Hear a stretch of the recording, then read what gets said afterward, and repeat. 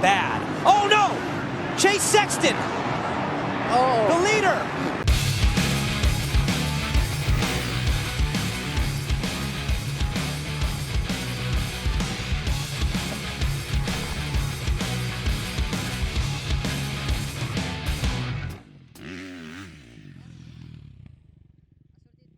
This RotoMoto React is brought to you by O'Neal.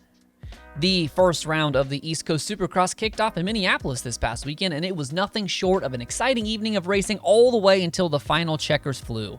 The East Coast 250 class is stacked, and all of the heavy hitters came out swinging. And in the 450 class, it looked like the biggest story was going to be Tomac's early tip over and chargeback, but fate had other plans. After Cooper Webb snagged the whole shot and looked feisty finally getting to that East Coast soil, he was quickly swallowed up by Chase Sexton and relegated to fourth behind Chase, Anderson, and Stewart. Malcolm made a mistake with just a few minutes to go, and it seemed that Anderson had just settled in and was prepared to take second on the night and gain points on Eli. But literally, as the timer reached 0, signaling the start of the final lap of the race, Chase Sexton came into the second rhythm after crossing the start straight, and as he went up the face of that first jump to step up onto the following table, his front wheel started to slide, and that turned into a skid, but all at once, the wheel started to dig into that Minnesota soil, and his bike flipped high side, spitting him over 20 feet, with Chase landing on the edge of the following tabletop. Chase was visibly shaken up, but it didn't stop there, as 4 seconds later, Jason Anderson came around the corner, and his line literally jumped into where Sexton laid prone. Anderson did his absolute best to avoid Chase, changing the pitch of his bike in midair to try to clear the Honda HRC rider, and at first glance, it looks like Chase does barely get clipped by Anderson as he jumps over him, judging by his body language of dropping back to the ground as the bike passes over. But when you slow the footage down, it looks like Chase actually drops just after Jason clears him. The evidence is inconclusive, but it's possible that the inertia of the tire spinning actually pushed Chase over instead of him being pushed down by the weight of the bike.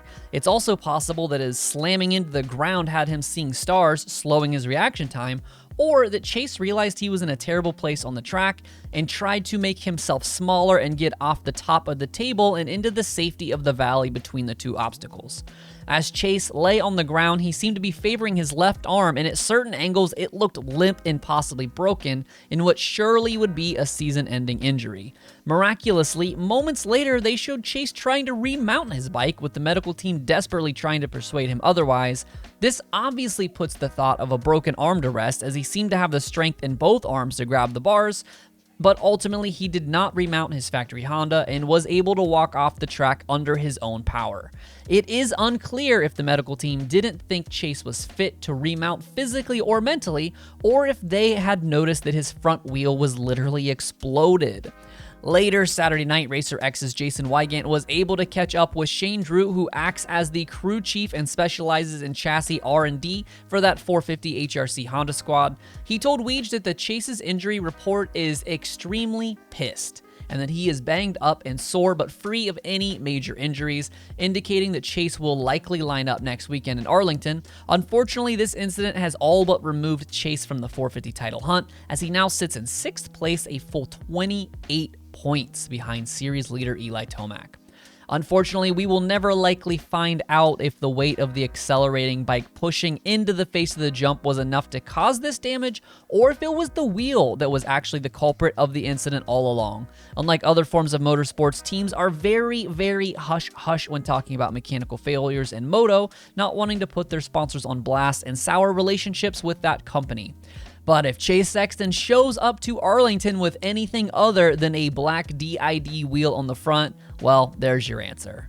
Let me know in the comments if you think Supercross should have stricter and more transparent concussion protocol following crashes like Chase this weekend, or Vince Freezy from a few weeks ago, or if you think it should ultimately be a rider and team decision. And while you are commenting, be sure to like the video and subscribe to the channel for more race news and analysis like this. If you value the content I put out, feel free to check out the Patreon in the description below. Just $1 per week helps feed a starving motocross fan and enters you into a drawing to win race used and autographed memorabilia like this Christian Craig plate from his race-winning bike that will be given away for the month of February. Thanks as always for watching RotoMoto. My name is Donnie. Keep it pinned to the weekend.